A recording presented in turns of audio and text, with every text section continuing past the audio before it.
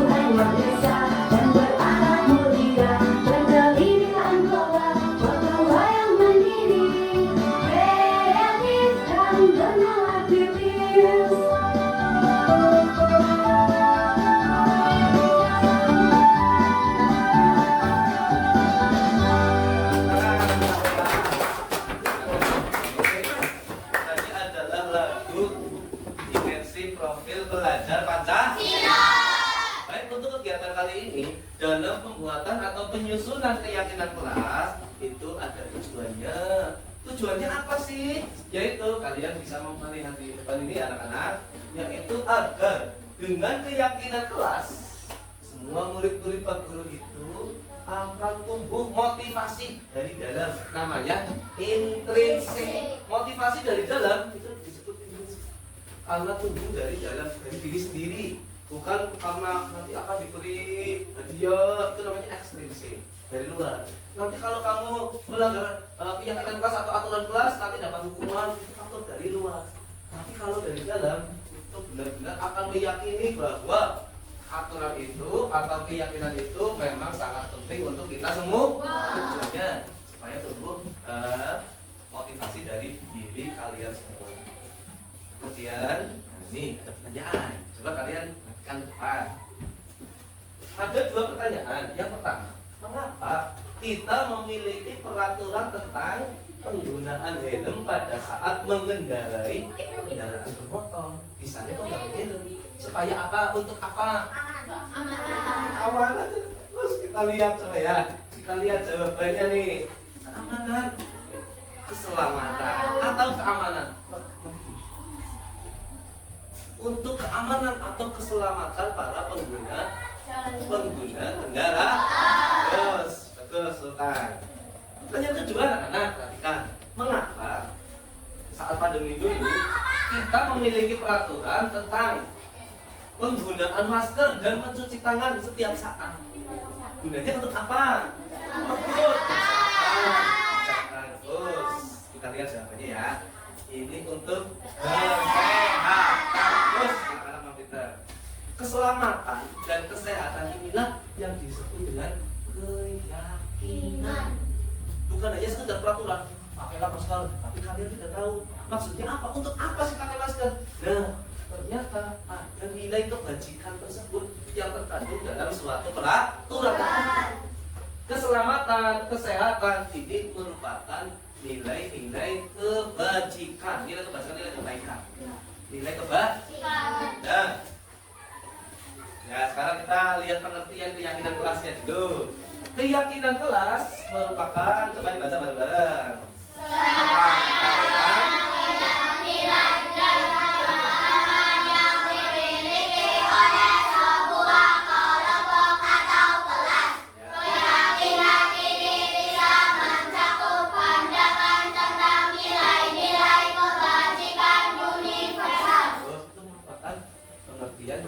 Keyakinan kelas, serangkaian keyakinan, nilai tadi, nilai selamat dan sebagainya, pemahaman yang dimiliki oleh sebuah kelompok, contohnya di sekolahan tapi di sebuah kelas, contohnya di kelas kita ini kelas 4. Keyakinan ini mencakup pandangan tentang nilai-nilai kebajikan.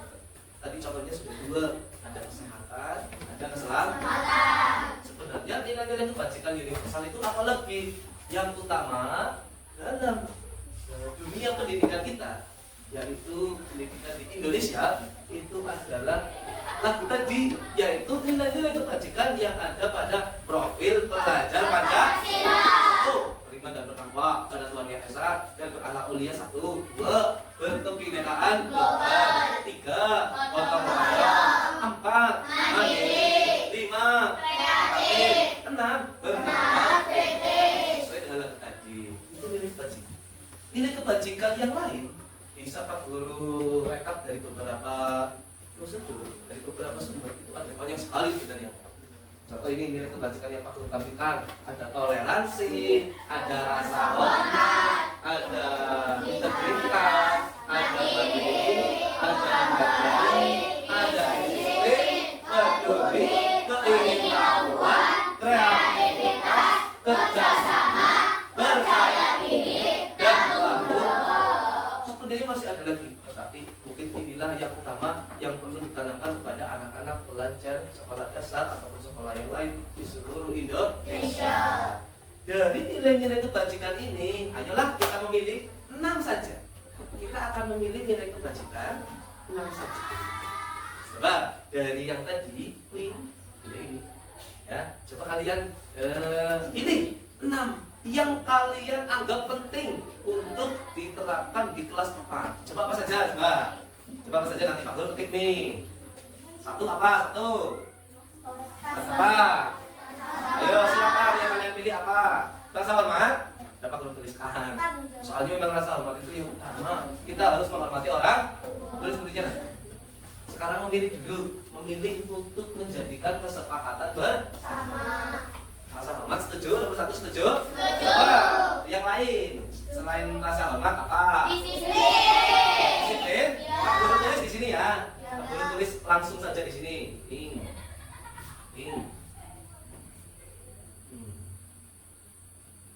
Pindah ke sini. Nomor 2 kalian pilih apa tadi? Disiplin. Sepakat semuanya? Sepakat.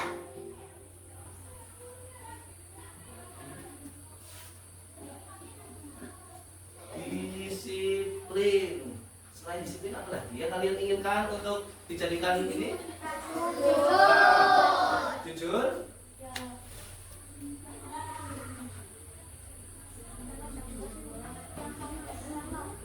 Tidak apa-apa kan Pak Guru tadi bilang banyak sekali nilai kebajikan. Ya. Hanya apa sedikit? Kan jujur nih? Perlu jujur? Tuh, sudah jujur. Oke, jujur sudah.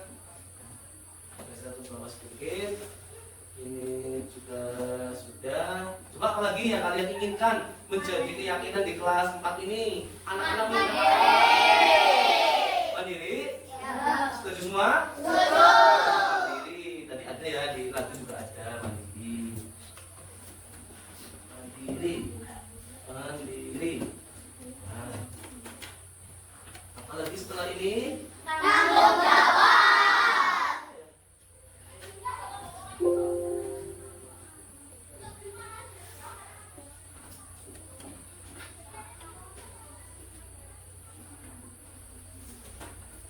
Di sini nomor 5, kalian ingin apa tadi? Tanggung jawab. Oke, mana yang dulu. Nah,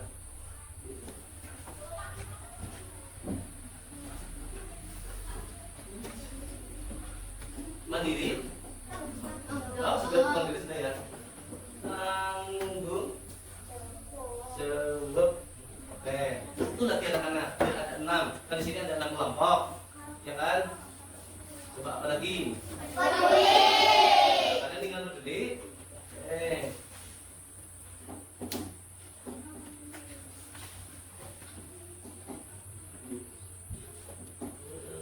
Berdiri. Baik, sudah ada 6. Sudah ada yang kita sepakati bersama untuk dijadikan keyakinan kelas. Maka, nah, ini contohnya dulu, contoh membuat keyakinan kelas. Pak Guru. Dari 6 tadi, kalian nanti akan mendapatkan tugas untuk bersama-sama membuat keyakinan kelas. Ini Pak Guru beri contohnya dulu ya. Contoh untuk kelas 1 nih caranya. Kelas 1 itu kata pemahaman tentang bahasanya masih sangat rendah. Nah, jadi seperti ini, setiap anggota kelas perlu belajar. Setiap anggota kelas perlu senang. Kelas 1 sih. Setiap anggota kelas perlu melakukan tugas. Mungkin berbeda dengan kelas 4 yang kosakatanya sudah bagus, sudah banyak di sininya. Mungkin kata-kata ini nanti bisa diganti. Contohnya nih, contoh yang melakukan tugas bisa diganti dengan semua siswa, semua murid, setiap murid, setiap siswa bebas harus melaksanakan tugas dengan tanggung jawab. 10 tahun tanggung jawab. Nah, atau tanggung jawabnya tidak usah diikutkan, boleh. Setiap siswa atau murid melaksanakan tugas yang diberikan oleh guru. Boleh, nanti bebas kalian membuat keyakinan kelasnya bebas. Ini contoh kedua adalah contoh keyakinan kelas pada kelas 5. Ada kelas. Nah, kelas 5 tidak sudah hebat lagi. Sudah tidak menggunakan setiap siswa, setiap murid sudah bebas. Itu langsung selalu bersikap positif. Jadi di kelas itu tidak ada yang menjelek-menjelekan teman. Itu kan negatif. Dua, senantiasa menjadi diri yang terbaik. Jadi seseorang yang terbaik menurut kemampuan. Yang ketiga, percaya dan menghormati orang lain serta barang miliknya. Barang-barang juga harus dihormati. Tidak boleh mengambil barang milik orang lain. Itu penting. Berkomitmen terhadap setiap tugas, bertanggung jawab. Senantiasa membantu, suka membantu ketika ada siswa yang membutuhkan. Contoh dari keyakinan kelas. Nah, sekarang kita lihat. Nah, selanjutnya kita akan diskusi ya dari 6 yang dipilih tadi. Silakan kamu pilih satu saja. 6. Misalnya rasa hormat, kalian pilih 1. Tanggung jawab 1. Ya, disiplin 1 saja, nggak usah banyak-banyak. Setiap kelompok 1 saja. Di atasnya ini terus menulisnya. Nah, di sini itu ada yang seperti linknya kan? Ya, maka nulisnya di sininya. Soalnya nanti ini untuk menempel sih, untuk menempelkan ke kertas.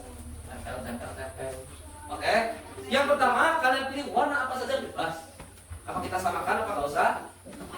Misalnya tahu jawab ini nggak usah ya. Bebas, terserah kalian. Sekreatif kalian silakan. Berarti nanti kalian tulis judulnya dulu. Judul dari masing-masing Pak Guru beri ini aplikasi ini. Nah ini. Nomor 1 nanti di sini tulis judulnya rasa hormat garis bawah. Ya, rasa hormat di garis bawah. Kalian tulis apa rasa hormat. Contohnya ya, saya menghormati guru dan teman. Saya harus menghormati guru dan teman. Boleh. Misalkan yang kedua ini, kalian tulis lagi di sini yang kedua. Disiplin. Disiplin kan banyak sekali. Disiplin dalam berangkat, disiplin dalam berpakaian, disiplin dalam mengerjakan tugas tiket, boleh disiplin dalam waktu istirahat, waktu pulang. Silakan kalian berdiskusi dengan teman satu kelompok. Anak-anak, silakan Pak Guru beri waktu 15 menit atau 10 menit saja. Silakan diskusi bareng-bareng. Ya, terus Pak Guru akan menempel ini. Diskusi merapat semua, diskusi merapat, diskusi dengan teman.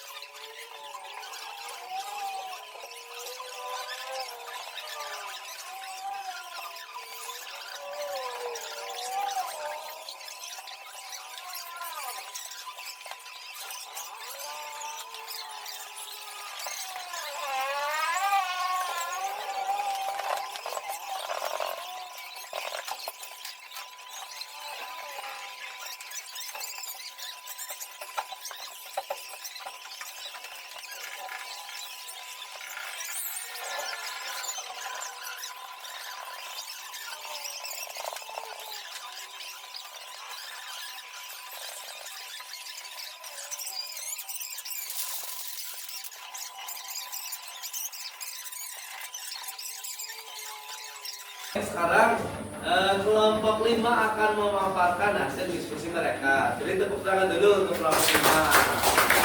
Oke, semuanya memperhatikan apa yang disampaikan ya. Silakan dari kelompok 5. Teman-teman, saya dari kelompok 5 akan memaparkan hasil diskusi kita. Tanggung jawab. Kita harus bertanggung jawab bila diberi tugas. Ya, good, sip. Jangan usah kita berdua. Baca lagi satunya. Jujur. Kita harus berkata jujur dan tidak boleh berkata bohong kepada teman atau orang lain. Good, silakan ditempel sesuai itunya. Tempelnya sebelah kiri dulu.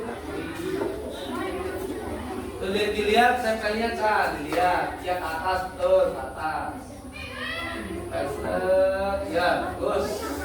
Terus satunya di. Nanti yang kedua sebelah kanan ya. Kalau yang kedua sebelah kanannya.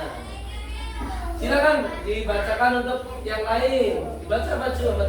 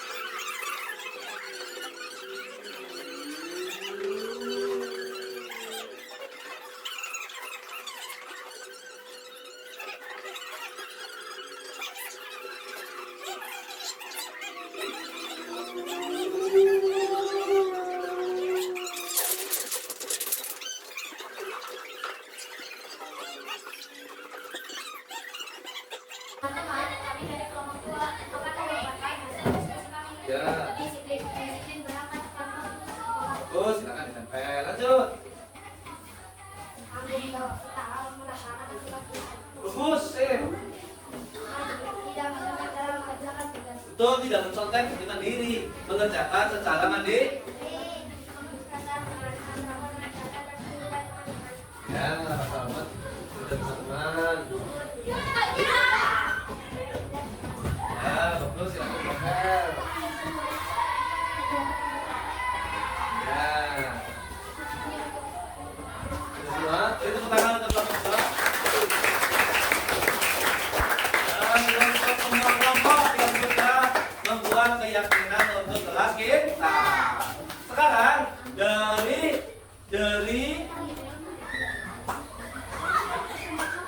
dari yang kalian sudah buat tadi, kita harus menyepakati keyakinan mana yang terbaik untuk kelas kita dari masing-masing nilai kebajikan. Ini seperti itu. Nah, sekarang akan Pak Guru tulis. Tadi kan semua kelompok sudah maju nih. Rasa hormat ada 6, disiplin 6, dan sampai terakhir peduli 6. Kita ambil satu saja yang terbaik. Oke? Nah, sekarang terus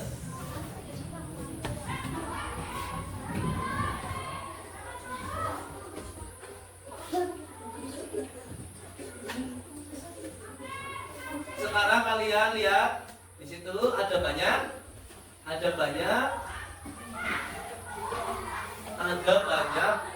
keyakinan yang sudah kalian presentasikan tadi. Menurut kalian dari rasa hormat dulu yang terbaik yang mana? Kita harus bagaimana? Silakan Pak Guru akan tulis nih. Kita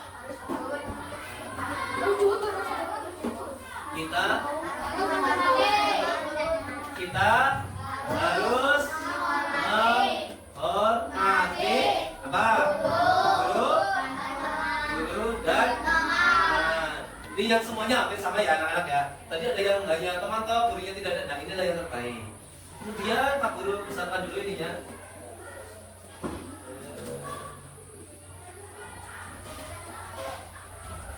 Ini warnanya Pak Guru ini ada. Terus kemudian Pak Guru besar. Segini. Cocok? Cocok? Nah.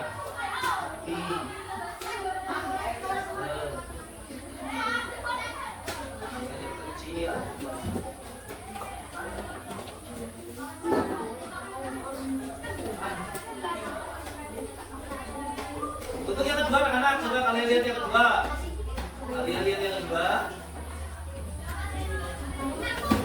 Yang kedua adalah disiplin. Menurut kalian disiplin berarti dalam hal apa? Silakan kita. Setiap murid harus berangkat. Itu hanya berangkat toh. Terus disiplin apa lagi? Maka kita komplit saja. Nanti di sini kita berangkat tepat waktu, berangkat dan pulang gitu ya. Berangkat dan pulang tepat waktu, serta berpakaian rapi. Nah, nanti Pak Guru ini jangan tulis. Kemudian yang ketiga kata jujur. Berarti apa jujur? Jujur, pilihnya apa kalian? Berkata dan berperilaku jujur. Gitu? Oke? Yang selanjutnya, yang mandiri. Kalian mengingat apa mandiri untuk kelas kita? Mandiri. Tidak mencontek, ya? Berarti mengerjakan tugas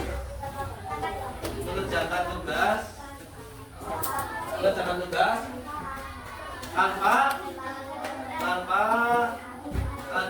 bantuan orang lain. Terus di sini tanggung jawab.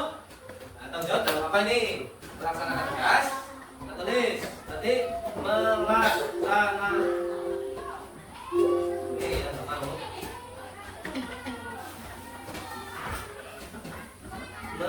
Melaksanakan tugas yang diberikan oleh guru. Oke, satu lagi apa? Peduli. Bagaimana sikap kalian untuk peduli? Membantu teman yang sedang kesulitan.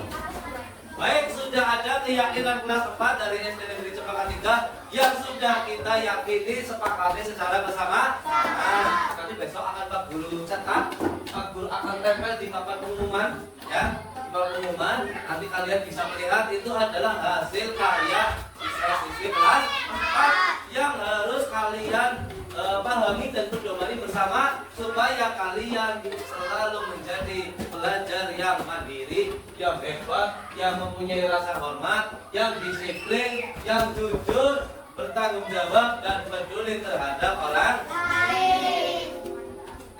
Kemudian kalian sudah berarti sudah selesailah acara kita pada hari ini. Terima kasih atas semuanya yang kalian lakukan dalam aktivitas pagi hari ini. Kurang lebihnya Pak Guru mohon maaf. Assalamualaikum warahmatullahi wabarakatuh.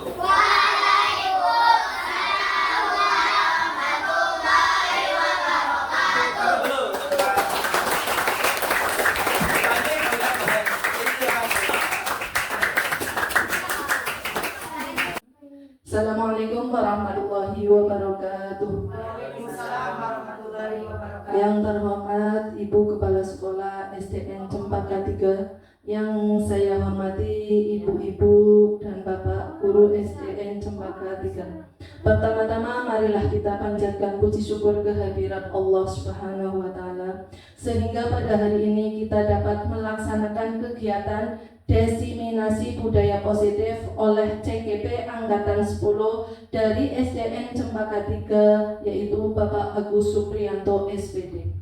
Yang kedua, sholawat serta salam semoga tetap tercurahkan kepada junjungan kita Nabi besar Muhammad Shallallahu Alaihi Wasallam. Semoga telah kita mendapatkan syafaatnya. Amin amin ya robbal alamin.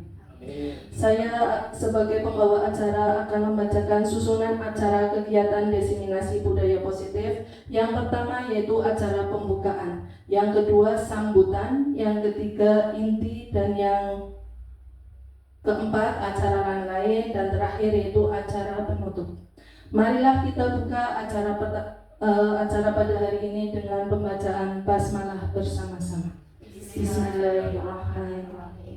Acara yang kedua yaitu sambutan yang akan disampaikan oleh Ibu Kepala SDN Cempaka 3. Kepada Ibu Ida kami persilakan.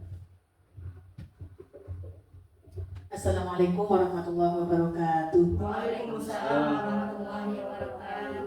Yang saya hormati dan saya banggakan Bapak Agus Supriyanto SPD selaku CGP Angkatan 10 dari SD Cempaka 03. Yang saya hormati Bapak Ibu Guru SD Negeri Cempaka 03. Puji syukur kehadirat Allah Subhanahu wa Ta'ala, hari ini kita dapat menghadiri, ikut berpartisipasi dalam acara diseminasi budaya positif yang akan disampaikan oleh Bapak Agus Supriyanto.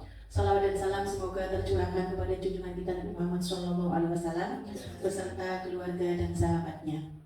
Hari ini saya sangat berbahagia dan sangat berbangga hati karena salah satu guru dari SD Negeri Cempaka 03 yang menjadi calon guru penggerak hari ini dapat melaksanakan diseminasi pertama ya Pak ya, diseminasi budaya positif.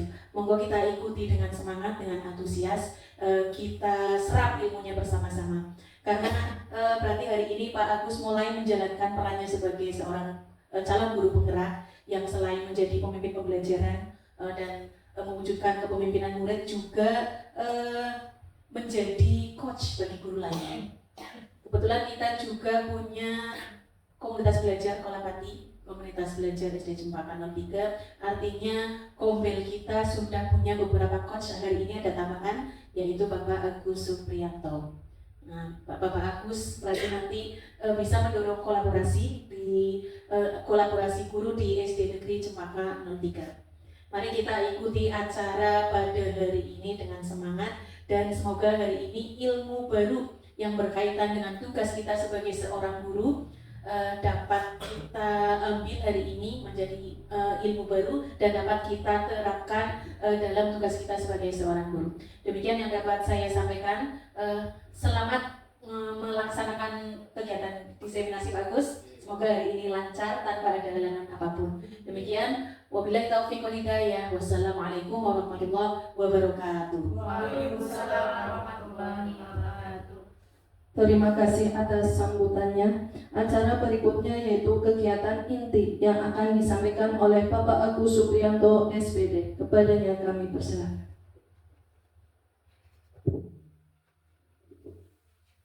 Mohon izin bergeser ya Ibu. Assalamualaikum warahmatullahi wabarakatuh. Bismillahirrahmanirrahim. Wassalatu wassalamu ala sayyidina Rasulillah wa ala alihi wa sahbihi wa mawalah la hawla wa la quwwata illa billah. Ibu-ibu guru SD Negeri Cempaka 3 yang kami hormati, tak lupa yang terhormat Ibu Kepala Sekolah SD Negeri Cempaka 3 yang saya hormati, dan alhamdulillah saya berterima kasih sekali karena beliau sudah memfasilitasi saya pribadi dalam kegiatan guru penggerak.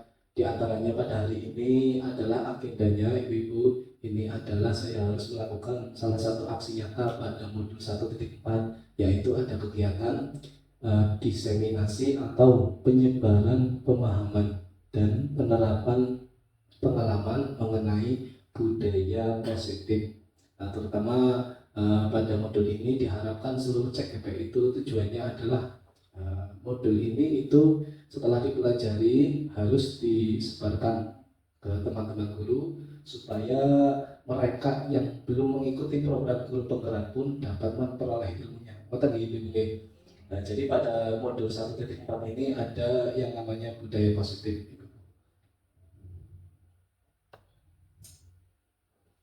Baik, pada kesempatan kali ini saya akan memaparkan beberapa hal mengenai budaya positif itu. Tentu saja ada konsep intinya.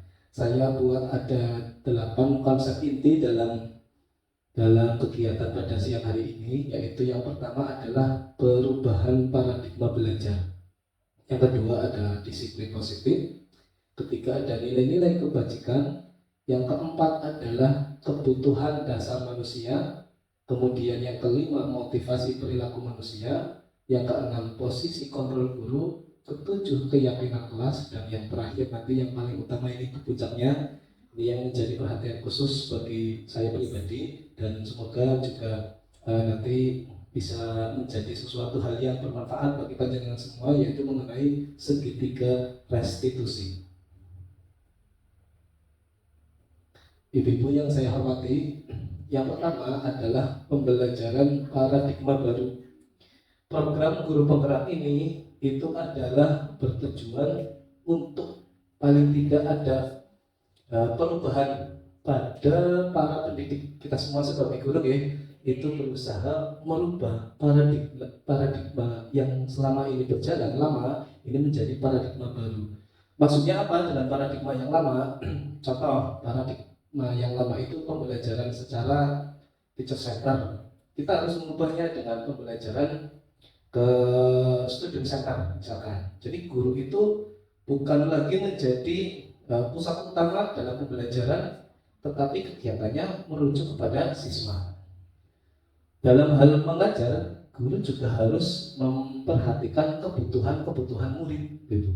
Kebutuhan murid yang beraneka ragam ini tentu saja kita tidak bisa memberikan secara klasikal. Berikut kontennya, isi materi yang kita ajarkan tidak boleh secara klasikal lagi. Kemudian dalam prosesnya kita tidak boleh memberikan pelajaran itu secara klasikal lagi, bisa meratakan kepada semua siswa. Tetapi kita akan berusaha sambil belajar. Saya juga baru belajar ini mengenai yang namanya pembelajaran berdiferensiasi. Yang mana pembelajaran berdiferensiasi ini kita sebagai guru akan melihat pembelajaran itu dengan prinsip sesuai dengan kebutuhannya murid-murid yang beraneka ragam tadi. Tentu saja di kelas-kelas kita murid-murid itu mempunyai keanekaragaman dalam kesiapan belajar. Ada yang membacanya sudah sangat lancar, membacanya sedang ataupun belum lancar. Tentu saja dalam memberikan pembelajaran kita tidak boleh menyamaratakan, tidak boleh. Kemudian dalam prosesnya ada anak-anak yang suka menggambar, ada yang sukanya menulis-nulis, ada yang sukanya membaca atau mempunyai keahlian dalam diksi atau pemilihan kata. Itu pun kita bisa mengembangkan secara optimal kepada anak-anak tersebut untuk lebih tumbuh dan berkembang secara optimal tadi dengan cara pembelajaran berdiferensiasi. Untuk penjelasan lebih lanjut nanti akan saya sampaikan lebih dalam lagi nanti ya. Kemudian ini ada miskonsepsi teori kontrol. Coba ini kita praktek sedikit sebelum saya membahas ini. Coba panjenengan buat sesuatu yang di remote ini, yang diremas coba digenggam oleh salah satu orang. Oleh siapa? Misalkan di sini ada Ibu Ani lah ya. Coba Ibu Ani tolong digenggam dulu. Panjenengan digenggam saja. Anggap saja itu barang berharga, misalkan sebuah aset, sesuatu yang berharga, misalkan emas atau sesuatunya yang lain lah. Coba panjenengan berusaha mempertahankan genggaman itu supaya tidak diambil atau diperoleh oleh orang lain. Coba kita terapkan ini contoh saja ke sebelahnya, ke Bu Lili. Panjenengan menggenggam saja Bu Lili, tugasnya bagaimana cara memperoleh harta atau sesuatu aset yang berharga itu, dengan cara rayuan boleh, dengan cara apapun boleh. Coba Bu, panjenengan praktekkan mengambil itu. Diminta secara halus boleh, diminta paksa boleh, dirayu boleh. Jangan mempertahankan. Bu Eni, kertasnya boleh saya ambil? Tidak boleh Ibu. Kenapa? Karena saya ingin memilikinya dan mempertahankannya. Pakai cara lain mbak, silakan. Pakai surat kekerasan ya. Iya. Boleh. Silakan. Apakah berhasil kita lihat atau tidak? Jangan. Saya laku kalau saya lihat ibu kan kayaknya ingin sekali memilikinya. Jadi lama-kelamaan saya kasihan dengan ibu. Ini saya kasihkan ke ibu. Baik, dari percobaan tadi mengenai suatu aset yang dipertahankan oleh Ibu Ani diminta oleh teman, guru ataupun saudara, kebetulan sepupu itu, diminta pun istilahnya tidak akan diberikan karena memang sebuah aset yang sangat penting. Coba kalau kita analogikan dengan seorang murid. Murid itu kalau kita paksa sesuai dengan kemampuan kita sebagai guru, sebenarnya itu langkah yang benar apa salah itu? Benar apa salah? Salah. Karena apa? Tidak sesuai dengan keinginan murid. Sedangkan kita tahu sendiri bahwa yang namanya murid kita itu sangat beraneka ragam, dari minatnya berbeda-beda, kesiapannya berbeda-beda, profil belajar, cara belajar mereka pun berbeda-beda. Ada yang sukanya dengan gerakan-gerakan kinestik, ada yang sukanya lebih memahami materi itu dengan melihat gambar-gambar, ada yang sukanya menonton dengan suara, audio, dan lain sebagainya. Jadi miskonsepsi teori kontrol paradigma lama kita berusaha sebagai guru untuk mengubahnya, yaitu ada 4 hal Ibu, yaitu ada ilusi guru mengontrol murid. Sebenarnya tidak akan bisa seorang guru mengontrol murid, memaksa untuk memenuhi sesuai dengan keinginan kita, itu adalah hal yang salah. Tetapi kan dalam paradigma lama kita semua sudah melakukannya di sudah terbiasa sesuai dengan keinginan kita. Bagaimana mendisiplinkan anak sesuai dengan keinginan kita? Sebenarnya tidak boleh, ada cara lain Bu. Kemudian yang kedua, ilusi bahwa kritik dan membuat rasa bersalah itu mampu menguatkan karakter. Kita mengkritiki anak yang sedang melanggar aturan misalnya, atau anak yang berbuat sesuatu yang tidak tepat, itu bukan akan menguatkan karakter mereka, tetapi bisa menimbulkan sifat anak, karakter anaknya bahkan lebih down. Contoh kalau kita sindir dengan sesuatu dengan kata-kata kita, misalkan ada anak yang salah deh, terus tadi kamu melakukan ini kok tidak sesuai dengan aturan, Pak guru kecewa. Misalkan kita bicara seperti itu, apa yang anak-anak alami dalam perkataan itu? Pasti anak-anak akan berpikir, pasti anak-anak akan merenung bahwa saya adalah individu atau pribadi yang salah, tidak disukai oleh gurunya dan lain sebagainya. Mereka akan cenderung diam dalam mengikuti pembelajaran.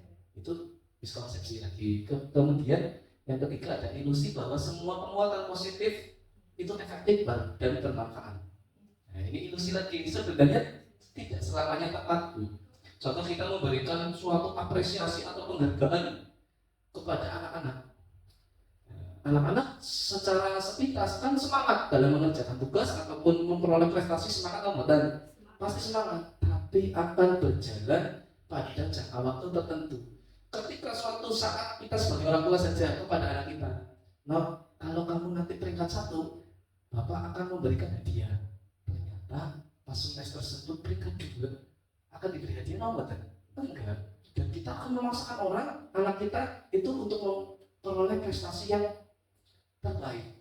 Ya, dengan cara ini suatu saat akan, walaupun anak kita begitu pintar, tapi kan belum tentu selamanya akan sesuai yang kita harapkan. Suatu saat tidak terjadi, maka anak itu akan menjadi down, akan terjadi karakternya akan turun, semangat belajarnya pun akan turun. Ini mengenai ilusi bahwa penguatan positif itu efektif dan bermanfaat. Sebetulnya tidak selamanya akan seperti itu. Kemudian ilusi bahwa orang dewasa berhak memaksa Allah dalam hal ini tentu saja adalah salah ini mungkin. Kemudian ini mengenai miskonsepsi teori yang paradigma lama. Kemudian kita akan mencoba mengubah paradigma lama, stimulus respon dengan pendekatan teori kontrol. Contoh ini yang pertama adalah realitas, bahwa kebutuhan anak-anak atau kita itu sama, padahal beda. Makanya kita di teori kontrol realitas atau kebutuhan kita itu berbeda. Begitu juga putra putri kita di kelas tentu saja akan kebutuhannya berbeda-beda. Kemudian yang kedua, semua orang melihat hal yang sama. Padahal yang tepat adalah setiap orang memiliki gambaran yang berbeda-beda. Begitu juga anak-anak sebenarnya. Karena anak-anak itu memang generasi awal yang kita didik di sekolah dasar ini supaya nanti menjadi pribadi individu yang tentu saja diharapkan oleh kita semua. Kemudian yang ketiga, kita mencoba mengubah orang agar berpandangan sama dengan kita. Pada teori kontrol, kita berusaha memahami pandangan orang lain tentang dunia atau tentang perbedaan. Kemudian yang selanjutnya, perilaku buruk itu dilihat sebagai suatu kesalahan. Di paradigma lama pasti seperti itu. Anak yang melanggar aturan pasti dinyatakan salah. Padahal ada sesuatu yang ingin dipenuhi oleh murid-murid kita, yaitu apa? Yaitu kebutuhan dasar. Nanti akan dibahas di slide selanjutnya. Semua perilaku itu memiliki tujuan, yaitu tujuannya memenuhi kebutuhan dasar para murid. Jadi yang selanjutnya nomor 5, orang lain bisa mengontrol saya. Tadi sudah dipraktekkan, ternyata Bu Ani pun tidak mau memberikan asetnya kepada orang lain. Pada teori kontrol hanya ada yang bisa mengontrol diri sendiri. Kemudian saya bisa mengontrol orang lain, Anda tidak bisa mengontrol orang lain. Sebetulnya itu. Kemudian pemaksaan ada pada saat bujukan gagal. Pada teori kontrol, kolaborasi dan konsensus itu menjadi pilihan-pilihan baru pada paradigma pendidikan di Indonesia yang saat ini sedang diubah ke paradigma yang baru. Kemudian model berpikir menang kalah. Sekarang di teori kontrol, paradigma baru adalah model berpikir menang dan menang. Jadi anak yang salah itu tidak akan menjadi down atau tidak semangat dalam pembelajaran yang selanjutnya. Ini mengenai mengubah paradigma lama dan baru. Kemudian ini mengenai disiplin positif nih. Disiplin positif, mendengar kata disiplin tentu saja erat hubungannya dengan apa itu? Dengan suatu aturan. Pasti disiplin itu hubungannya dengan aturan, padahal tidak. Padahal disiplin itu berasal dari kata disiplina yang artinya belajar. Jadi sebuah aturan itu diciptakan oleh lembaga atau apapun itu bertujuan supaya menjadi suatu pembelajaran kepada anak tersebut, atau kalau di sekolah keyakinan kelas misalkan, itu jadi pembelajaran bagi anak-anak kita. Bukan harus semata-mata harus mematuhi aturan yang ada di sekolah, bukan. Tetapi utamanya kata disiplin itu supaya anak-anak mengikuti pembelajaran, mengikuti hikmah atau pembelajaran yang diambil dari aturan tersebut. Disiplin positif merupakan salah satu cara penerapan disiplin yang bertujuan untuk menumbuhkan kesadaran serta memberdayakan peserta didik tanpa imbalan tadi yang ternyata ribut itu tidak selamanya benar, ataupun ancaman ataupun hukuman dari guru. Jadi disiplin positif benar-benar tumbuh dari dalam diri murid. Kata nggih. Kemudian sebagai pendidik, tujuan kita adalah menciptakan peserta didik yang memiliki disiplin diri sehingga mereka berperilaku mengacu kepada nilai-nilai kebajikan universal dan memiliki motivasi intrinsik tadi dalam perubahan perilaku ke arah yang lebih baik. Itu tujuan kita sebagai seorang pendidik, menciptakan murid-murid itu yang seperti tadi ya dijelaskan. Kemudian sebenarnya apa sih nilai-nilai kebajikan yang dimaksud dengan nilai kebajikan yang ingin kita terapkan kepada anak-anak ibu-ibu, yaitu nilai kebajikan itu sendiri artinya nilai yang disepakati bersama lepas dari suku bangsa, agama, bahasa maupun latar belakangnya. Contoh yang utama di pendidikan kita yang menggema di kurikulum merdeka kita adalah profil pelajar Pancasila. Tentu saja Panjenengan sudah hafal sekali. Di situ ada 6 ya, ada 5 ya. Beriman dan bertakwa pada Tuhan Yang Maha Esa dan berakhlak mulia, berkebinekaan global, bergotong royong, mandiri, kreatif, dan bernalar kritis. Kemudian ada organisasi lain dari Ibu Primary Years Program PYP, toleransi, rasa hormat, integritas, mandiri, menghargai, antusias, empati, keingintahuan, kreativitas, jasa, percaya diri, dan komitmen. Kemudian dari keterampilan HID, life skill, dapat dipercaya, kemudian lurus hati, pendengar yang aktif, tidak merendahkan orang lain, dan memberikan yang terbaik dari kita. Tentu saja kita fokusnya ke yang pertama saja itu. Di dunia pendidikan kita mendidik, membimbing, menuntun anak-anak murid kita melaksanakan pembelajaran secara yang berpihak pada murid, itu tentu saja juga harus menghadirkan budi pekerti. Budi pekerti yang kita harapkan itu ada pada profil pelajar Pancasila ini tadi. Jadi tidak hanya materi dan materi, bukan, tetapi utamanya itu adalah ini malah materi itu berarti harus selaras dengan profil pelajar Pancasila. Jadi di dalam proses pembelajaran yang kita nanti akan laksanakan, kita setiap hari akan laksanakan, itu saja sebagai pendidik kita pekerjaan setiap harinya kan mengajar ya, itu harus mengilhami profil pelajar Pancasila itu. Harus bagaimana itu anak-anak supaya mempunyai sikap atau karakter yang gotong royong. Misalkan dalam pembelajaran kita membuat pendekatan dengan kerja kelompok, di situ kan ada nilai gotong royongnya. Di situ anak-anak benar-benar diberikan disisipkan karakter supaya mereka dapat terbiasa untuk bergotong royong, untuk mandiri mengerjakan tugas. Nah, misalkan dari tugas kelompok ada, biasanya di situ ada berbagi peran kan, kamu ini membuat ini, kamu menjadi nomor soal nomor ini. Nah, itu secara mandiri mengerjakan itu ya. Kemudian kreatif, anak-anak bisa membuat tugas dari guru tadi sekreatif mereka, dan tentu saja dengan bimbingan bapak ibu guru.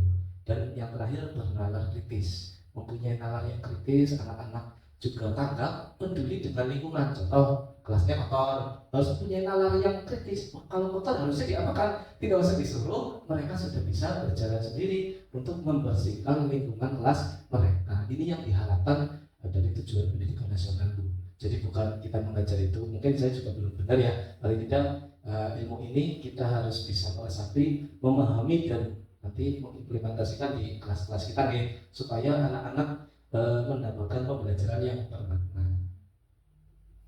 Nah, ini ada yang sudah terbiasa mendengar keyakinan kelas nih. Nah, keyakinan kelas. Mengapa kok keyakinan kelas bukan aturan kelas? Coba gimana? Kalau sebenarnya dua kata ini maknanya mirip apa sama apa berbeda, Bu? Sama apa berbeda maknanya? Keyakinan kelas dengan peraturan kelas beda, Bu. Jadi mungkin suatu hal yang mungkin mirip tapi berbeda. Kalau peraturan kelas dulu kita paradigma lama memakai peraturan kelas. Anak-anak harus mematuhi segala aturan-aturan yang ada di sekolah ataupun di kelas kita. Melaksanakan piket sesuai dengan jadwal. Tapi kalau keyakinan kelas itu tidak seperti itu. Tujuan keyakinan kelas itu memang menumbuhkan karakter siswa dari dalam diri mereka. Kalau mereka yakin bahwa contoh ini dalam kebersihan tadi, kalau di aturan kelas bunyinya melaksanakan piket sesuai dengan jadwal. Misalkan gini, kalau keyakinan kelas itu kata-katanya bukan untuk mematuhi peraturan, tetapi setiap anggota kelas atau warga kelas atau setiap siswa, setiap murid harus atau berhak memperoleh pembelajaran dengan kelas yang bersih, misalkan. Itu salah satu contoh mengenai keyakinan kelas. Atau setiap murid harus menjaga kebersihan kelas. Karena apa? Kebersihan kelas juga merupakan kebutuhan mereka dalam hal kenyamanan dalam proses pembelajaran. Itu yang mengapa dalam kurikulum Merdeka ini kita itu digadang-gadangkan untuk membuat yang namanya keyakinan kelas. Jadi keyakinan kelas itu disusun secara bersama-sama oleh kita sebagai guru tentu saja. Terus anak-anak itu secara berkelompok ataupun dengan mandiri di kelas yang rendah bisa mandiri dengan bimbingan atau arahan guru, itu membuat suatu nilai kebajikan tadi yang di profil pelajar Pancasila ataupun secara universal. Apa saja grade-grade atau karakter utama kebajikan tadi yang ingin peroleh menjadi sebuah keyakinan kelas atau menjadi sesuatu yang diyakini bahwa itu penting bagi kelas Pancasila. Contoh, rasa hormat, Bu. Rasa hormat itu merupakan hal yang penting atau bukan? Penting. Bagaimana cara membuat keyakinan kelas dengan rasa hormat? Tentu saja dengan bimbingan guru kita bisa memberikan contoh, misalkan rasa hormat. Kalian semua anak-anak bisa perlu menghormati orang lain atau tidak? Pasti anak-anak menjawabnya dengan perlu. Makanya kalau itu penting, rasa hormat penting, sesama teman harus saling menghormati. menghormati. Tentu saja dengan Bapak Ibu guru, anak-anak juga harus menghormati. Ini mengenai keyakinan kelas, keyakinan kelas. Kemudian yang selanjutnya yang tadi saya sampaikan, pembentukan keyakinan kelas. Sudah saya jelaskan tadi keyakinan kelas itu gambarannya seperti tadi. Ini secara rincinya bersifat abstrak. Kemudian berupa pernyataan secara universal. Kemudian dibuat dalam pernyataan yang positif. Kita perlu menghormati teman dan guru itu kan positif. Kalau yang negatif, kita tidak boleh berkata tidak sopan, misalkan itu kan negatif. Ya, kalau yang keyakinan kelas harus positif semua, Bu. Harus kata-katanya kalimatnya positif. Kemudian keyakinan kelas itu juga dibuat sedikit saja agar mudah diingat. Yang penting utamanya karakter utama atau keyakinan universal yang utama kita peroleh untuk kesepakatan bersama. Misalkan rasa hormat, memerlukan apa lagi di kelas? Disiplin. Memerlukan apa lagi kelas dengan Bu? Coba rasa hormat, saling menghormati sudah. Disiplin penting apa enggak? Penting. Tanggung jawab penting. Karena dalam melaksanakan tugas kita harus tentu saja bertanggung jawab. 3/3 Bu. Coba kalau kita 6 apa lagi Bu? Kebersamaan boleh. Disiplin sudah. Kebersihan tadi, ya, kebersihan dengan cara peduli, ikutnya lihat jawab. Iya bisa masuk tanggung jawab karena bertanggung jawab melaksanakan tugas pikir dan lain bisa masuk. Jadi yang utama adalah yang di keyakinan universal tadi itu kebajikan universal tadi. Kemudian ada kedisiplinan sudah berani, penting banget. Ya, anak-anak diarahkan supaya mereka mempunyai karakter berani. Contoh berani bertanya, berani menyampaikan hasil diskusi kelompok. Itu benar-benar karakter itu kita bimbing supaya nanti dapat bermanfaat dalam kehidupan mereka di masa yang akan datang ketika menjadi anggota masyarakat, peduli dan lain-lain. Ini mengenai keyakinan kelas juga tidak boleh banyak-banyak. Kemudian sesuai dengan kondisi kelas dan sekolah. Kemudian semua warga sekolah atau warga kelas dilibatkan dalam pembuatan keyakinan kelas. Itu mengenai keyakinan kelas. Ada yang mau ditanyakan atau sudah jelas gitu? Jelas itu mengenai keyakinan kelas. Kemudian yang tadi yang di awal nih ada penjelasannya. Mereka sebenarnya melakukan hal-hal yang tidak sesuai dengan keyakinan kelas atau aturan kelas itu merupakan untuk memenuhi kebutuhan dasar mereka. Yang namanya saja kebutuhan dasar itu memang harus dicapai oleh murid. Kebutuhan dasar manusia adalah segala sesuatu yang kita lakukan untuk mendapatkan apa yang kita inginkan. Seluruh tindakan yang kita lakukan memiliki tujuan tertentu dan semua usaha terbaik yang kita lakukan adalah dalam rangka agar kebutuhan dasar kita dapat terpenuhi. Kemudian apa saja sih kebutuhan dasar yang ada pada diri manusia? Kita lihat ada 5. Coba kita terakhir nih. Sambil panjenengan nanti yang akan cek DP angkatan 12 barangkali nanti pada ikut ya Bu ya. Ini panjenengan pada daftar Bu. Di situ memang menurut saya banyak sekali gitu Bu. Banyak sekali itu materi-materi yang saya tidak menduga. Banyak sekali terutama di tugas kita sebagai seorang pendidik Bu. Ternyata selama ini jadi sadar. Selama ini kita mengajari itu kayaknya sangat biasa sekali gitu salah semua bahkan dia kurang tepat lah. Sebenarnya ada yang betul tapi bisa belum dikatakan baik. Kebetulan di SD kami alhamdulillah Ibu Kepala Sekolah guru penggerak, kemudian Ibu Nur Hasanah juga sudah guru penggerak. Ini saya sedang proses belajar mengembangkan kompetensi panjenengan yang muda-muda ini PNS muda. Silakan panjenengan nanti kalau ada kesempatan mendaftar. Ini 5 kebutuhan dasar manusia. Yang pertama adalah bertahan hidup, contohnya makanan, pakaian, tempat tinggal dan lain sebagainya. Kemudian kasih sayang dan rasa diterima. Rasa diterima, dipedulikan, berbagi, kerjasama, menjadi bagian dalam suatu kelompok. Tentu saja ini harus dimiliki oleh setiap anak-anak kita di dalam kelas. Yang mana ketika ada anak-anak yang dikucilkan, bagaimana perasaan mereka? Merasa tidak diterima di dalam suatu kelas, bagaimana perasaan mereka? Tentu saja kita akan prihatin akan merasa kasihan. Nah, tugas kita inilah yang harus menganalisa kebutuhan dasar apa yang belum diperoleh oleh beberapa anak atau salah satu anak dari kelas kita. Kemudian penguasaan meliputi harga diri, keinginan untuk dianggap, terus memimpin, prestasi diakui dan didengar. Ini biasanya harus diperoleh oleh anak-anak yang cenderung pintar Bu ya. Itu mereka berusaha untuk menguasai kelas dengan prestasinya. Tapi kalau anak-anak yang pengetahuan atau berpikirnya yang agak kurang, mereka biasanya berusaha di kebutuhan penguasaan ini dengan cara fisik Bu. Biasanya anak-anaknya besar tapi tidak begitu pintar, mereka sering nakal kepada teman-teman yang lain. Itu sebenarnya mereka dalam rangka nakal tersebut dalam rangka memenuhi kebutuhan dasar yang poin 3 ini Bu, anak yang nakal, yang penguasaan. Itu kebutuhan yang harus setiap orang miliki. Jadi kebutuhan dasar. Mengapa ada anak nakal? Ya, ini salah satunya ini. Kemudian kebutuhan dasar yang keempat adalah kebebasan, meliputi mandiri, memiliki pilihan, mencoba hal baru, mampu mengendalikan arah dirinya. Tentu saja kebebasan itu harus dimiliki oleh setiap siswa, di mana dalam pembelajaran kita sebagai pendidik juga harus memberikan kebebasan kepada putra-putri kita dalam proses pembelajaran. Misalkan sesuai minat, ada yang sukanya, anak-anak sukanya dalam melihat video, ya kita harus bervariasi dalam memberikan pembelajaran. Tidak boleh sama terus kan juga tidak tepat gitu, oke?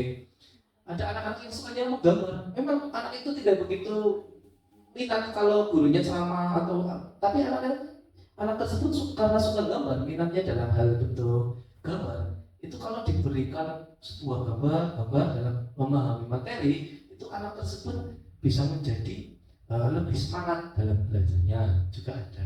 Kemudian kebutuhan dasar yang kelima adalah kesenangan, bermain, humor, antusiasme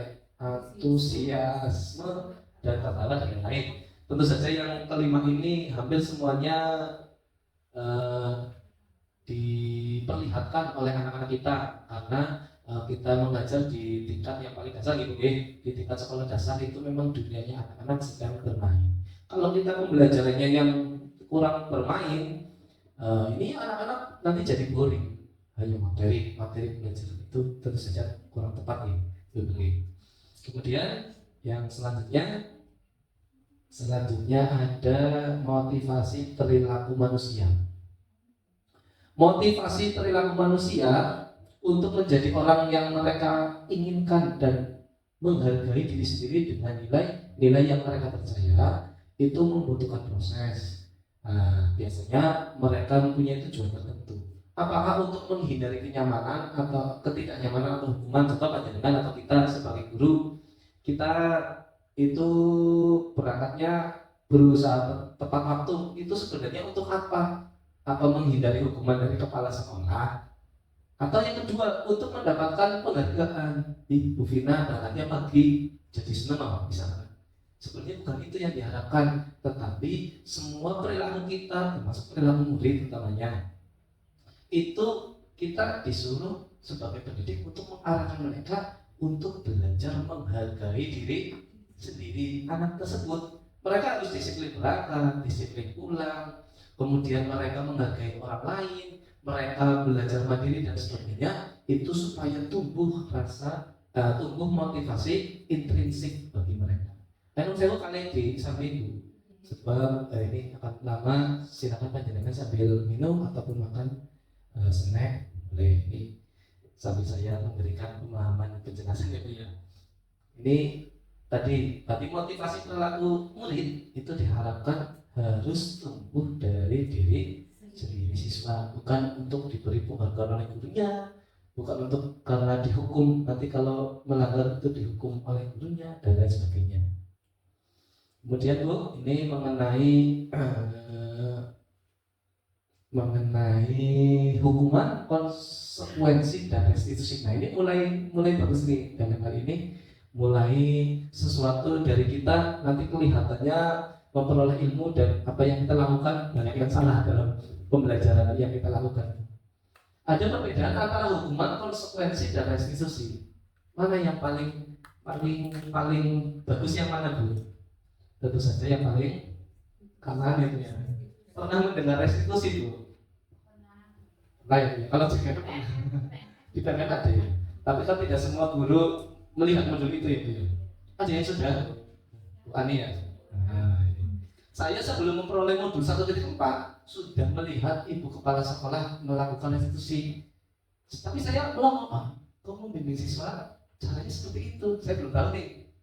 Pas itu ada acara upacara di SD kita, ada anak-anak yang tidak ikut, yang pakai baju itu sih, ya kan? Nah, anak-anak diundang pas 6, bahkan pas 6 ada kelas 4-nya tadi atau berapa. Saya karena mengerjakan tugas ke kantor, pas itu mendengarkan ibu kepala sekolah sedang menerapkan restitusi. Saya belum tahu ilmunya, jadi saya bingung, ibu kepala sekolah kok tidak mendisiplinkan anak, kok caranya seperti itu ya, kok kayaknya tidak galak, tidak dengan kalimat yang keras, tidak dengan nada yang tinggi, tidak. Tapi ternyata cara yang dilakukan ibu kepala sekolah lah itu yang paling benar. Saya terangkan satu persatu.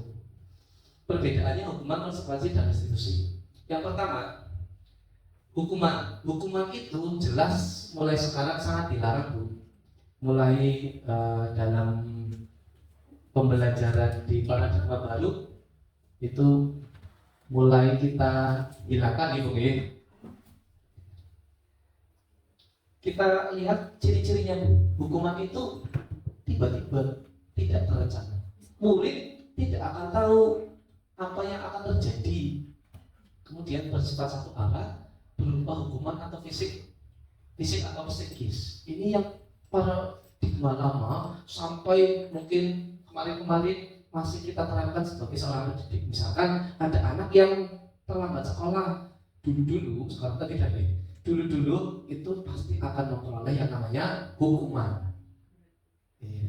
Hukuman itu sebenarnya itu bukan hal yang tepat atau benar, karena efek dari memberi hukuman itu akan beraneka ragam, bahkan akan berdampak yang negatif bagi putra putri kita.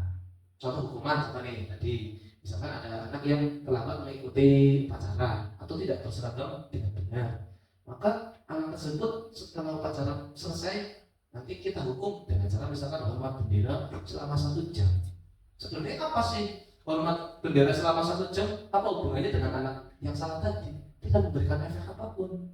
Atau berkeliling lapangan yang waktu saya kecil ini, ada anak yang terlambat atau membolos, nanti dihukum mengelilingi lapangan.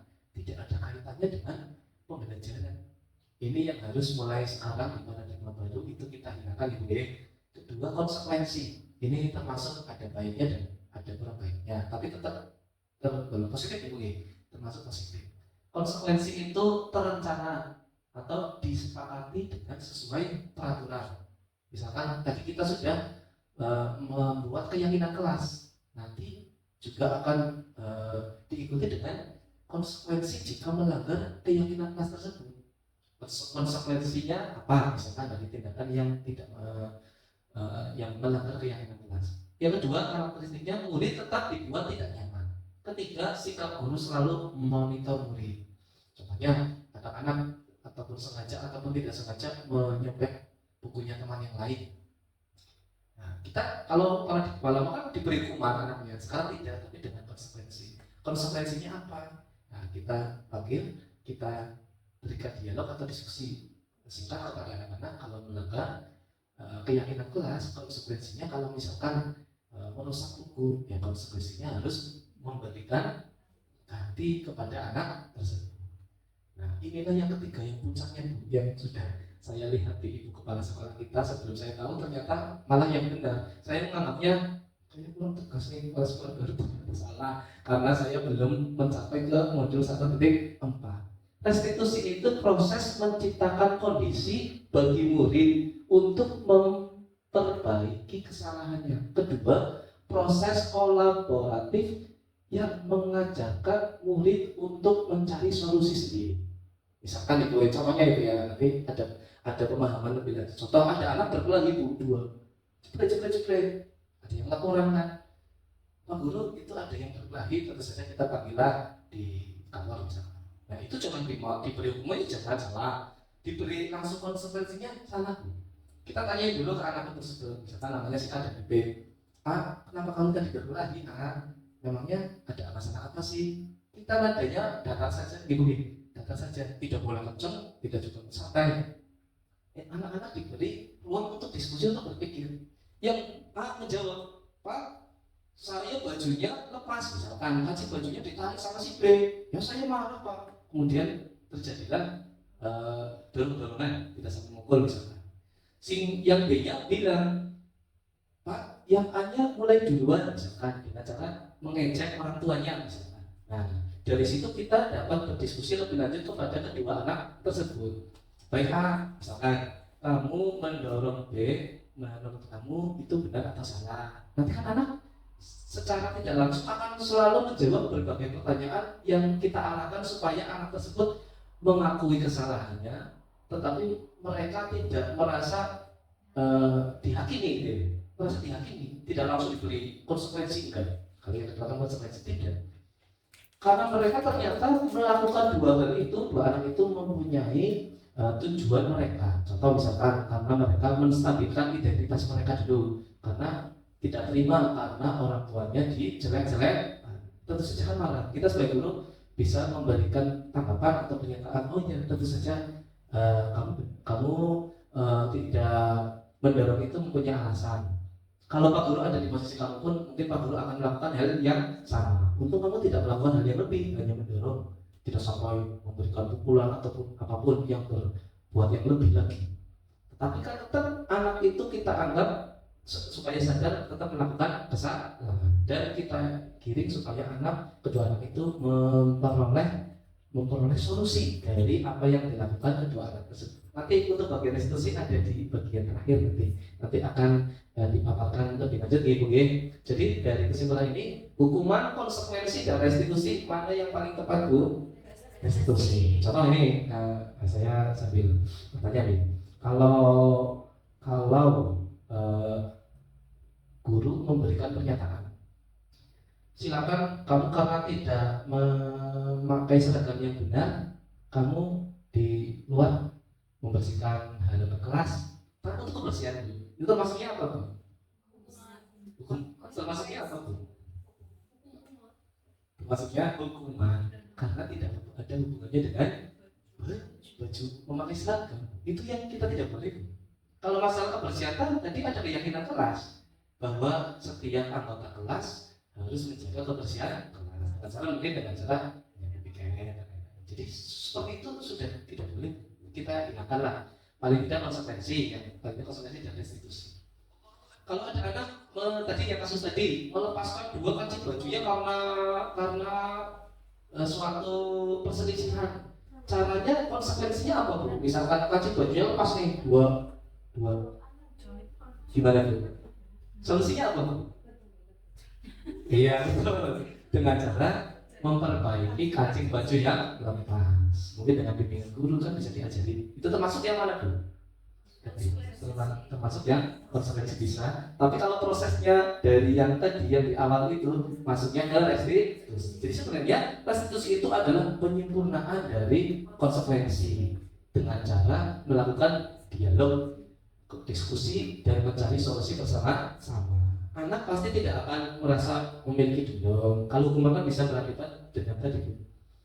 Kamu misalkan apa? Kan dengan ada yang keras. Suatu saat akan teringat-ingat bahwa gurunya pernah menghukum, itu tidak diperkenankan untuk para dinaskan. Jadi sudah di akhir nih, ada 5 posisi kontrol guru. Kita sebagai guru tentu saja berusaha mengontrol siswa untuk berbuat memberikan kontrol supaya mereka tidak berbuat yang melanggar aturan atau keyakinan kelas. Jadi kita sebagai guru tentu saja harus memahami 5 posisi kontrol ini. Coba yang pertama kita lihat, ada guru sedang apa itu gambar apa Bu? Guru sedang gaya gigi memarahi anak. Bu sambil disambil. Ya Allah, Bu ini ada. Menghukum anak walaupun dengan kata-kata itu pun akan berdampak yang luar biasa negatifnya. Contoh, misalkan anak melanggar aturan tidak mengerjakan tugas Bu. Mengerjakan tugas, anak itu kita beri pernyataan sederhana saja, tetapi misalkan dengan kata-kata yang membuat anak tersebut malu di depan publik. Kamu bagaimana sih pekerjaan tugas dari Pak Guru selalu saja tidak bisa mengerjakan dengan baik. Misalkan soal 10 aku salah semua itu ya. Seringnya kita mengatakan seperti itu merupakan menjadikan berarti pas itu menjadi seorang namanya penghukum. Tapi tidak mempunyai efek positif apapun Bu. Apakah itu baik? Tentu saja tidak. Iya. Karena tidak akan berubah Bu. Mengapa kok kita di sekolah kita mengajar sudah puluhan tahun ya? Sudah puluhan tahun bisa ini bocah belum aja baik. Ternyata kita sendiri yang salah. Kita sendiri tidak memposisikan pada posisi yang benar. Kalau nomor 1 penghukum itu jelas salah Bu. Tolong mohon kita mulai sekarang jangan sampai jadi penghukum Ibu. Karena tidak akan berdampak apapun kepada anak. Paling tidak setelah memberikan konsekuensi, kita memberikan penjelasan mengenai nilai kebajikan yang harus anak itu penuhi. Yang kedua Bu, membuat rasa bersalah. Baik apa tidak Bu? Gambarnya saja sudah anaknya murung ya Bu ya. Pada digambar anaknya murung. Kayaknya anak itu merasa orang yang paling salah sedunia barangkali. Ketika kita membuat pernyataan kepada anak-anak kita dengan kata-kata yang membuat mereka bersalah. Contoh, biasanya kalau membuat mereka bersalah itu dengan bahasa yang halus tapi menyakitkan. Ini kadang-kadang juga dilakukan di tingkat keluarga gitu. Tingkat keluarga itu bisa ibu-ibu, bisa bapak-bapak. Ya. Misalkan dengan nada yang halus, soal 10 bener hiji. Misalkan nadanya halus, tapi anaknya murung tuh. Kamu belajar apa tidak? Gak mau jawab Bu. Karena sudah dikata 10 kok bener hiji. Saben dina. Oh, tetapi sangat menyakiti. Anaknya biasanya di kelasnya tetap gembira apa murung Bu? Biasanya murung biasanya. Kalau anak yang sudah sadar. Kalau anak SD biasanya tidak cerita Ibu ya. Kayaknya masih gitu-gitu aja. Tapi enggak. Kalau secara normatif, kalau kita menjadi orang yang membuat rasa bersalah, anak pastinya kalau normal. Kalau anak yang kurang normal sih nggak bisa dibahas itu ya. Secara normatif anak akan menjadi pendiam. Anak menjadi pribadi individu yang merasa saya salah, tidak pede, tidak percaya diri betul, dan nanti akan berdampak yang tidak baik bagi anak-anak kita. Pasti tidak akan menurut dengan nasihat kita dan lain sebagainya.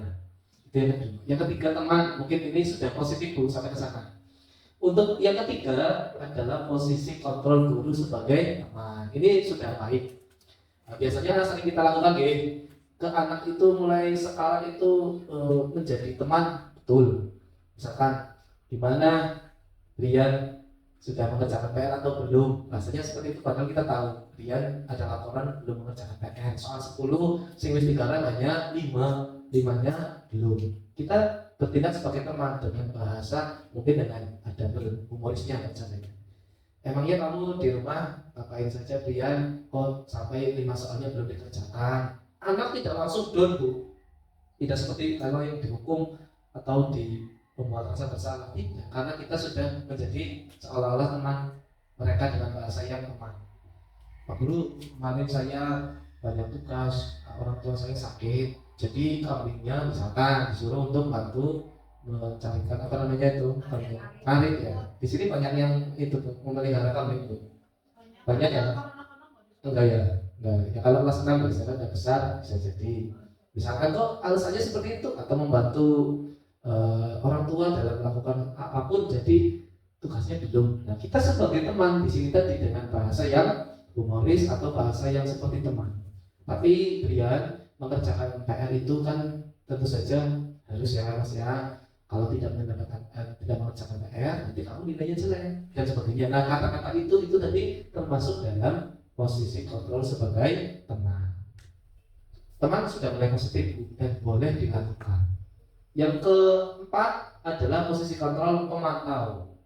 Pada posisi pemantau itu kita sebagai guru akan mengontrol anak-anak supaya dalam mematuhi keyakinan kelas ataupun berbuat itu tidak melanggar aturan.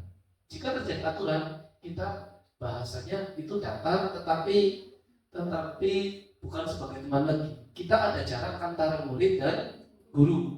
Jadi tidak seperti teman lagi. Ini juga baik. Misalkan tadi kasusnya Brian kamu tidak mengerjakan soal kurang berapa gitu, kurang 5 misalkan. Kamu tahu konsekuensinya Brian kalau tidak mengerjakan soal atau tugas dari guru, tahu Pak, bahasanya tidak sebagai teman tetapi sebagai seorang pemantau. Itu juga bagus. Tahu Pak misalkan konsekuensinya apa Brian? Nanti istirahat saya akan melanjutkan pekerjaan yang saya tertinggal atau bagaimana, itu bisa. Itu namanya posisi kontrol memantau. Dan yang terakhir itu yang puncaknya adalah posisi kontrol sebagai manajer. Ini yang hubungannya dengan restitusi tadi. Jadi yang saya lihat Ibu KS kita dulu memberikan dialog atau memberikan bimbingan kepada siswa-siswi yang melanggar aturan tidak mengikuti upacara, itu sedang menjadi manajer dengan melakukan diskusi terhadap anak-anak yang bersalah tadi, yaitu dengan cara restitusi. Posisi kontrolnya di manajer. Itu tidak saya terangkan lagi, yang sudah sih. Ini posisi kontrol dulu. Kemudian contoh posisi kontrol guru, ini contoh nih. Hormat pada bendera selama 1 jam termasuk hukum. Kemudian beberapa kali ibu atau bapak guru harus memberitahu kamu selalu saja mengecewakan ibu. Yaitu pembuat rasa bersalah. Jadi yang selanjutnya ada sebagai teman, ayo dong ikuti aturan sekolah, tolong bantu bapak ya sekali ini. Ya sudah, tidak apa-apa, lain kali jangan sampai berbuat seperti ini lagi ya. Ini kata-kata yang dikeluarkan oleh bapak ibu guru itu sesuai dengan posisi kontrol mereka. Kemudian yang pemantau, contohnya ini, kamu sudah melanggar peraturan sekolah, kamu tahu konsekuensinya. Setelah upacara, kamu beli atribut ya ke koperasi dan mohon jangan diulangi lagi. Ini yang manajer.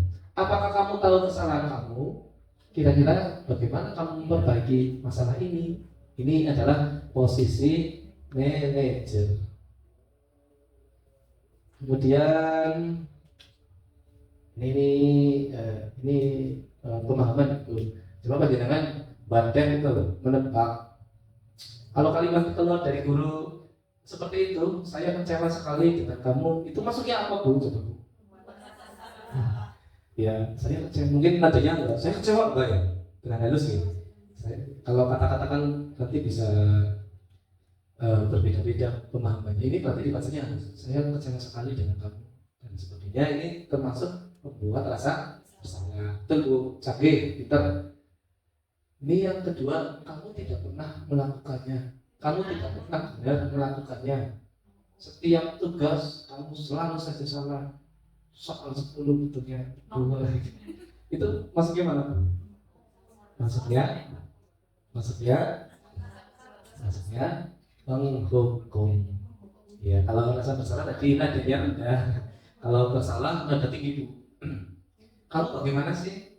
Bapak nggak mau tahu ya. Ya, gitu misalkan. Kamu saja salah soal 10 saja betulnya 1, itu hukuman bukan fisik. Hukuman kan tidak selamanya fisik. Ini adalah hukuman psikis. Anak pasti akan down dan biasanya dipuji oleh orang teringat terus sampai mereka dewasa. Kemudian ini Bu, yang ketiga, apa rencanamu untuk menyelesaikan masalah ini? Maksudnya mana Bu? Maksudnya manajer. Ini yang hubungannya nanti dengan yang namanya restitusi. Kemudian selanjutnya, kamu tidak pernah akan mendapatkan nilai jika kamu tidak mengerjakan tugas ya. Dalam atas itu bisa pertambahannya seperti ini, kamu nanti nilainya jelek kalau tidak belajar. Kamu tidak akan mendapat nilai jika kamu tidak mengerjakan tugas. Kalau anak nggak mengerjakan tugas dapat nilai ya, itu maksudnya mana? Untuk lagi mana? Itu mana karena ada konsekuensi dari ketika anak tidak mengerjakan tugas, maka konsekuensinya adalah tidak akan mendapatkan nilai. Itu pemantau. Itu juga bagus, positif. Cuman bagaimana kita nanti mengontrol diri kita. Kemudian yang terakhir, ayolah lakukan demi Bapak ya. Ini adalah sebagai teman, pemantau dan manajer termasuk positif. Tetapi alangkah baiknya kita bisa memperoleh ilmu mengenai posisi kontrol manajer yang kaitannya erat dengan segitiga restitusi tadi. Ini mulai dulu. Segitiga restitusi itu sebuah tahapan atau langkah dalam menguatkan karakter anak. Ini suatu proses dialog yang dijalankan oleh guru agar dapat menghasilkan murid yang mandiri dan bertanggung jawab. Langkahnya ada 3. Yang pertama, menstabilkan identitas. Contohnya tadi ya, anak berkelahi 2. Pak Guru juga akan melakukan yang sama ketika orang tua Pak Guru juga dihina. Kamu melakukan hal ini wajar kok. Orang tuanya dihina masa diam saja kan gitu. Itu namanya menstabilkan identitas. Kedua, validasi tindakan yang salah. Untungnya kamu tidak melakukan hal yang lebih. Jadi yang lanjutannya seperti itu. Misalkan. Kemudian tapi tindakan itu kan menurut kamu mendorong itu sampai kancingnya lepas, benar apa salah? Kalau tetap salah, ada cara yang lebih baik lagi. Itu namanya validasi tindakan yang salah. Yang terakhir, menanyakan keyakinan kelas yang dilanggar tersebut. Artinya tidak menghormati teman yang lain. Sebelum ke salah satunya kita perhatikan video ini. Ini belum saya bentar ya.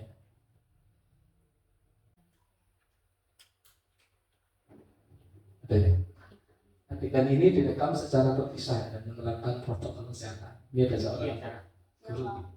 Sudah lama nggak ketemu Sarah? Kenapa hari ini ada di sini? Kesel pak, kesel banget. Masa aku dikatain tukang fitnah pak? Ya aku marah lah. Aku balik dikatain Eka di depan kelas. Kesel banget. Oh begitu. Ya pasti kamu marah dan kesal. Bapak juga akan marah apabila ada yang menuduh Bapak seperti itu. Kemudian pada saat itu kamu mau melakukan apa? Ya saya langsung ngatain Eka lah pak. Kesel banget. Saya bentak-bentak dia depan teman-teman lain. Oh begitu. Pasti kamu melakukan seperti itu karena suatu alasan tertentu kan? Iyalah, masa saya diam saja pak? Ya saya bela diri lah. Masa saya dituduh tukang fitnah? Ya wajar lah. Mempertahankan harga diri itu sesuatu yang penting buat kamu. Untung kamu tidak bertindak lebih gegabah lagi. Hanya membentak-bentak. Iya pak. Ya, ini mulai halus nih Untung saya anaknya. masih bersabar dan hanya membentak saja. Tadi pertama yang Udah emosi. lupa padahal saya pasti bela diri lah. Ya pasti ya. Tapi kamu memilih untuk tetap bertahan dan bersabar. Kamu memilih untuk tidak berbuat lebih parah lagi bukan? Iya. Nah, sekarang coba kita lihat lagi tindakan kamu yang bentak-bentak Eka di kelas. Tindakan kamu itu kira-kira sesuai dengan keyakinan kelas atau prinsip kamu tidak? Enggak lah pak. Capek pak jadi pemarah.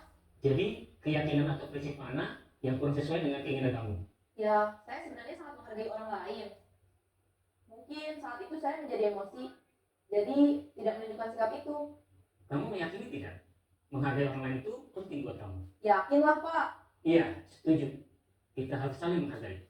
Namun, ada juga keyakinan yang kita sepakati yang perlu kita jalankan apabila kita sedang marah, bukan? Ya saya bisa lebih proaktif. Mulai dengan diri sendiri. Saya bisa jadi lebih bersabar, mengambil waktu jeda untuk berpikir mau apa selanjutnya. Kira-kira kamu bersedia memperbaiki masalah ini tidak? Bersedia pak. Kalau kamu memperbaiki masalah ini, kamu akan menjadi orang seperti apa? Saya akan menjadi orang yang bertanggung jawab kali ya pak. Dan senantiasa proaktif. Iya, menurut kamu bagaimana rasanya menjadi orang seperti itu? Ya nyaman lah. Bangga bisa bersabar dan menahan diri. Baiklah kalau begitu. Yuk kita pikirkan bagaimana memperbaiki masalah ini. Nah, tadi mengenai video penerapan restitusi. Tadi di anak tingkat SMA ibu ya. Kalau anak-anak kita diberi pertanyaan seperti itu bisa jawab apa bu? Kamu tahu keyakinan mana yang dilanggar? Anak kelas 1, 2, 3, 4 nggak tahu. Tetapi kita sebagai guru tentu saja bisa mengarahkannya dengan cara membuat pertanyaannya yang lebih sederhana. Kita arahkan supaya anak-anak itu mencapai atau mengalami 3 hal tadi bu. Nah, kita bahas satu persatu. Yang pertama adalah validasi tindakan yang salah. Berdasarkan prinsip, setiap perilaku berupaya memenuhi suatu kebutuhan tertentu.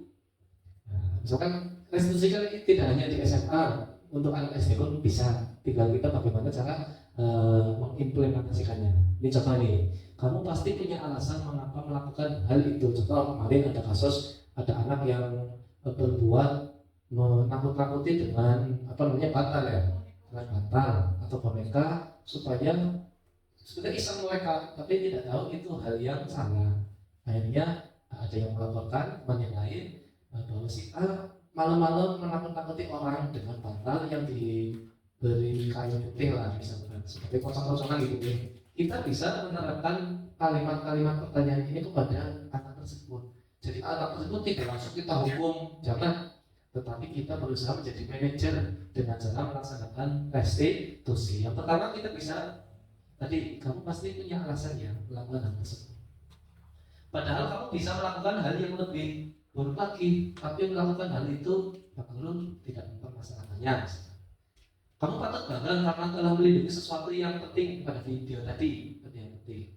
Kamu melakukannya karena mempertahankan sesuatu yang penting loh. Ini dalam ranah validasi tindakan yang salah. Bisa kalimat-kalimat ini kita sederhanakan sesuai dengan pemahaman siswa SD. Kemudian yang kedua adalah menanyakan keyakinan. Berdasarkan prinsip teori kontrol bahwa pada dasarnya kita termotivasi secara intrinsik. Coba kita lihat yang pertama, apa keyakinan kelas kita, nilai-nilai apa yang telah disepakati, seperti apa gambaran kelas yang ideal, kamu ingin menjadi orang yang seperti apa yang tadi. Dalam hal ini yang di dalam video sudah dijelaskan, ya, ada tulisannya di video tadi mengenai keyakinan bahwa mereka melanggar atau tidak sesuai dengan keyakinan menghargai teman. Yang terakhir adalah menstabilkan identitas itu ini. Berdasarkan prinsip membuat kesalahan adalah bagian dari proses pembelajaran. Jadi membuat kesalahan itu bukan hal yang selamanya akan salah, tetapi membuat kesalahan pada diri anak itu merupakan proses dalam pembelajaran. Untuk menjadi karakter yang lebih kuat lagi, kita harus menstabilkan identitas, yaitu berbuat salah itu wajar. Tidak ada manusia yang sempurna kok dan seterusnya. Itu benar bisa melihat. Itu saja Bapak Ibu yang dapat saya sampaikan ini mengenai budaya positif. Tadi sudah ada beberapa konsep inti dalam budaya positif. Mudah-mudahan dapat bermanfaat bagi panjenengan semua. Nanti paling tidak kita bisa mulai mengimplementasikan apa-apa yang ada pada materi budaya positif ini. Tentu saja kita sebagai pendidik kita harus berusaha dengan baik menciptakan budaya positif yang ada di lingkungan SD Negeri Cempaka 3. Itu saja dari saya, kurang lebihnya mohon maaf. Assalamualaikum warahmatullahi wabarakatuh. Waalaikumsalam warahmatullahi wabarakatuh.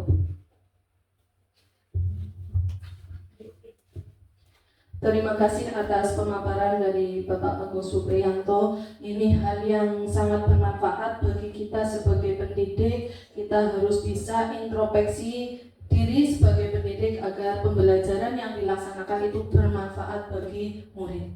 Untuk acara selanjutnya yaitu acara lain-lain, ini diisi dengan umpan balik dari peserta. Monggo ibu-ibu memberikan umpan balik apa yang perlu ditanyakan atau apa yang perlu dibahas dalam kegiatan ini. Silakan.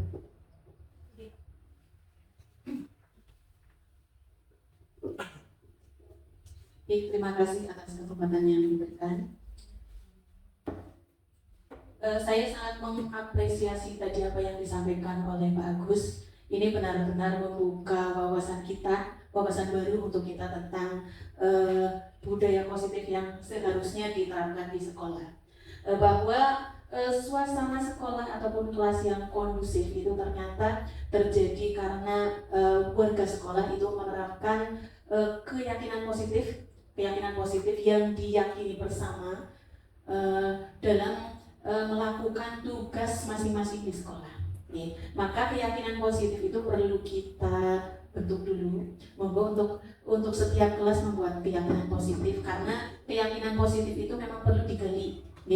Keyakinan positif itu berdasarkan nilai-nilai kebajikan yang kita yakini bersama. Jadi dalam keyakinan kelas dan keyakinan sekolah itu tidak boleh ada kalimat negatif, Pak. Seperti tidak boleh berangkat sekolah terlambat, maka kita ubah menjadi berangkat sekolah tepat waktu. Dan jangan ada kata harus Yang mengharuskan adalah diri kita sendiri tanpa paksaan dari orang lain yang disebut dengan motivasi intrinsik.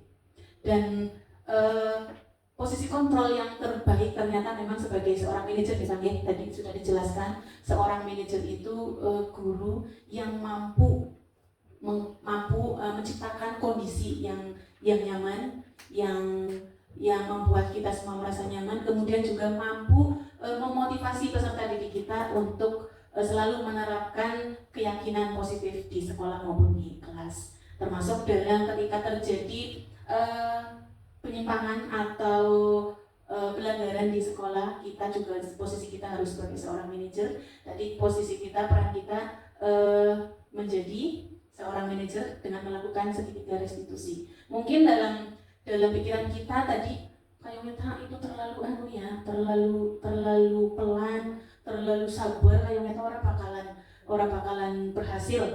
Tapi coba kita laksanakan.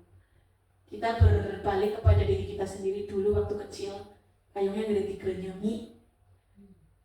Kita merasa nyaman apa tidak? Tidak merasa nyaman. Jadi yang pertama kita ciptakan adalah perasaan nyaman terlebih dahulu. Dan bahwa betul sekali tadi kata Pak Agus bahwa setiap tindakan itu pasti ada alasan di baliknya. Ya. Maka ketika ada pelanggaran dan lain-lain, yang harus dilakukan oleh guru betul sekali. Yang pertama adalah mencari tahu dulu penyebabnya. Kita tidak boleh mengejudge bahwa perbuatan itu salah, maka kamu harus dihukum. Itu tidak akan berhasil. Maka kita harus tahu dulu penyebabnya. Kemudian mereka mencari solusi sendiri dengan bantuan kita, melakukan pertanyaan-pertanyaan. Yang pertama pertanyaannya harus nyaman terlebih dahulu. Itu betul sekali yang disampaikan oleh Pak Agus. Terima kasih Pak Agus, hari ini pemahaman baru telah kita dapat dan semoga kita semua dapat mengimplementasikannya di dalam kelas maupun di sekolah. Terima kasih. Wassalamualaikum warahmatullahi wabarakatuh. Waalaikumsalam warahmatullahi wabarakatuh.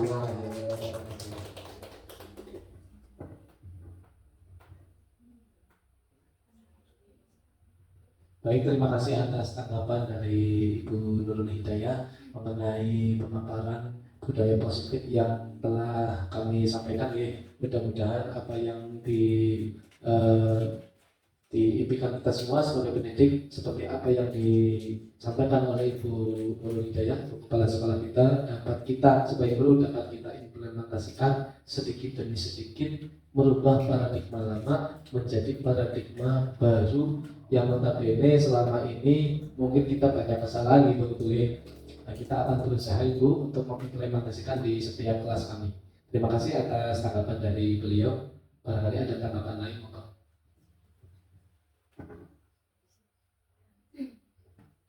Pak.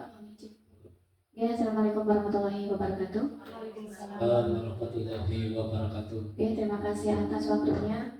Saya hanya sedikit menambahkan dan saya juga sangat apresiasi sekali dengan apa yang sudah disampaikan oleh Pak Agus. Sudah sangat bagus, menyampaikan diseminasinya juga cukup jelas sekali. Mudah-mudahan nanti untuk teman-teman guru kelas juga bisa menerapkannya pelan-pelan, seperti tadi yang bilang pelan-pelan tapi pasti, karena ini juga bukan hanya ada di JGP nih Pak, karena di PMM juga ada. Nanti bisa lebih lanjutnya dipelajari di modul topik yang ada di PMM sini. Oke, matur nuwun. Apresiasi saya tadi sangat bagus sekali. Terima kasih. Assalamualaikum warahmatullahi wabarakatuh. Waalaikumsalam warahmatullahi wabarakatuh. Terima kasih saya sampaikan kepada Bu Nur Hasanah yang telah memberikan apresiasi kepada kami, yang mana dari ibu-ibu yang lain mengenai materi budaya positif ini. Tentu saja saya dalam memberikan pemaparan karena waktunya terbatas nih. Padahal aslinya itu pun dipelajari sampai 3 hari atau berapa hari itu. Ini saya karena hanya 1 jam lebih sedikit, jadi mungkin panjenengan kurang paham. Benar sekali yang dikatakan oleh Ibu Nur Hasanah, panjenengan bisa mendalami materi ini karena memang sangat penting di PMM Ibu. Di PMM ada, di topik PMM di platform Merdeka Mengajar itu ada mengenai budaya positif atau disiplin positif. Terima kasih Ibu. Monggo, ada yang lain lagi? Sudah cukup. kegiatan pada hari ini telah selesai, maka dari itu kita tutup dengan bacaan hamdalah bersama-sama. Alhamdulillahirabbil alamin. Saya sebagai pembawa acara dari awal sampai akhir barangkali banyak kata-kata yang kurang berkenan. Saya mohon maaf yang sebesar-besarnya. Kurang lebihnya mohon maaf. Wassalamualaikum warahmatullahi wabarakatuh. Waalaikumsalam warahmatullahi wabarakatuh.